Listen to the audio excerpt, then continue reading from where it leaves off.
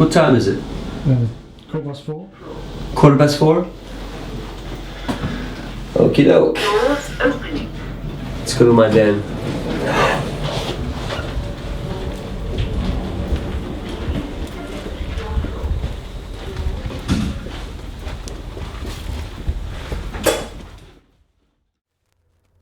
Hi, how you doing? My name is Jojo Mayer.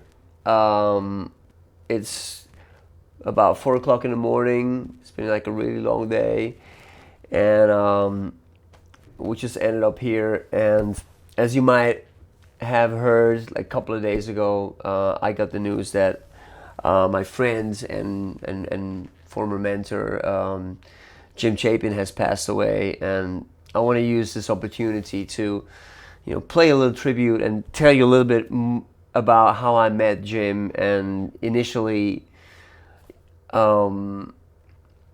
how he got me into a different set of awareness about what I was doing technically. So I met Jim in the mid 80s at a drum festival, and we were hanging out. I was performing. It was one of the first drum festivals where I was actually playing.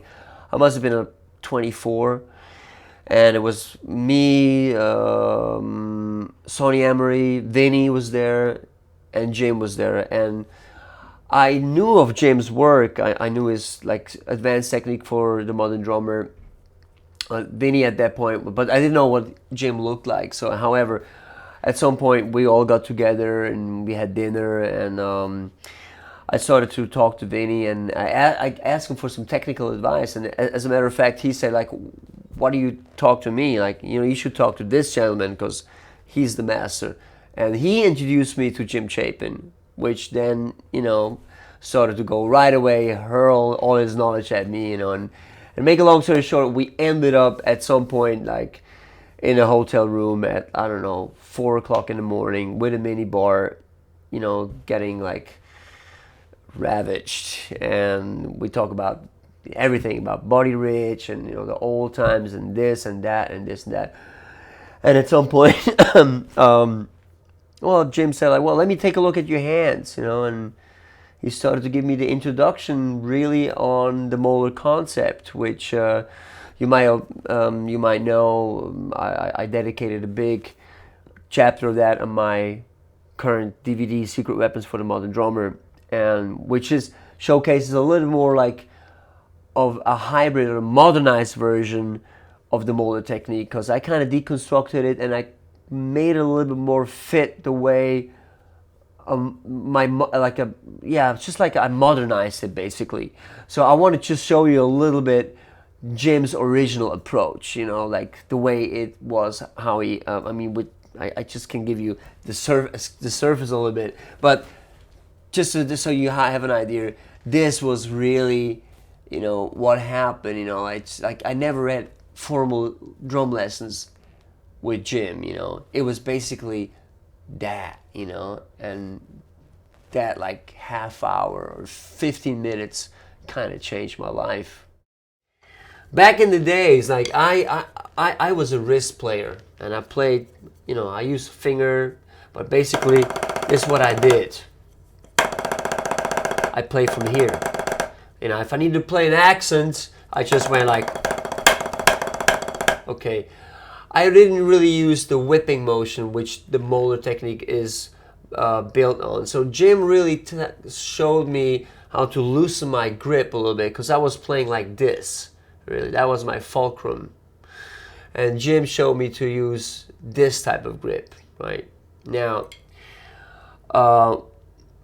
was kind of like a little bit like this, which in certain countries you should not do. I think it should be okay around here.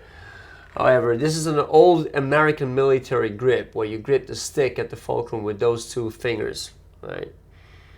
So Jim showed me this type of grip. And now Jim played more from a radius ulna rotation, which is defined by this motion as opposed to this motion. Now, as I was more of like a wrist player, I kind of like adapted that stroke a little bit, you know. So we don't really have the time for this to do right now because it's a very detailed process. So if you want to know further what I did with the technique, check out Secret Weapons. However, Jim used a stroke that went like this, okay? Now what he did, he showed me how to wind up from that motion. Like, let me show this to you, like that, you know. Go from this position, and like, let's say like if this was a clock and this was 12 o'clock, it was a 6 o'clock. Like from where you see it, like, okay, this would basically this would be 6 o'clock. This would be 12 o'clock, right? So he would wind up the stick, you know, stay in this position, maybe like a 4 o'clock position, go into a 3 o'clock position, and then wind up the stick as if you would be pulled up by like an invisible string, right? So you have the stick dangling in this with this grip, right? Like, you know, as if it was, you know, if there was like a magnetic tip that gave it a little drag, okay? Now, very important, like in the traditional molar technique, and probably also in like the modern one, it's important that you don't turn your hand out, but you keep it inside, okay? So, like Sanford Moeller always said, like, I don't want to see the inside of your palm. So keep that towards yourself. That's very important. So you got the elbow and the wrist up there. Now what you do, you just drop your elbow and then the rest follows. It's kind of like a chain reaction. Okay, that's the basic Moeller stroke. So it's like 1, 2, 3. All right, 1, 2, 3. All right, 1, 2, 3. So it's basically that type of motion. Like you just go, this goes up first and everything else follows. So it's a motion that comes from the back that goes to the front. Wham, wham, wham. And it's not like this. It's this. Now that's a really, really old concept. Like if you watch like conga players, they do the same thing. Conga players don't do that. It's like that, right? A lot of times. Sometimes it's that. But however, so to learn how to, you know, let the stick just, you know, that utilize a power that was developing from the back of my arm and went to the front, really changed my playing drastically.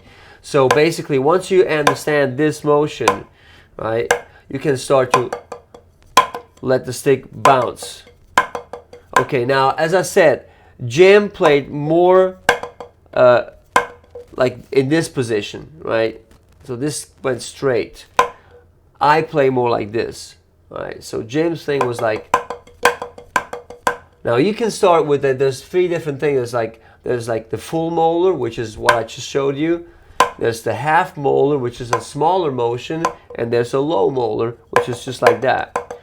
So I will show you the low molar to like start out with, you know. It's basically, you just pop up your wrist a little bit, right? And from there, you drop it. And you let the stick bounce as many times as it goes. It's just 1, 2, 3, 4, 5, or 1, 2, 3, 4, or 1, 2, 3. You can do like 1, 2, 3, and you wind up. And you're ready for the next stroke. 1, 2, 3.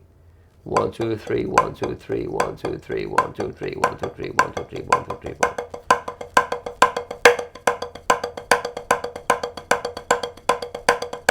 Okay?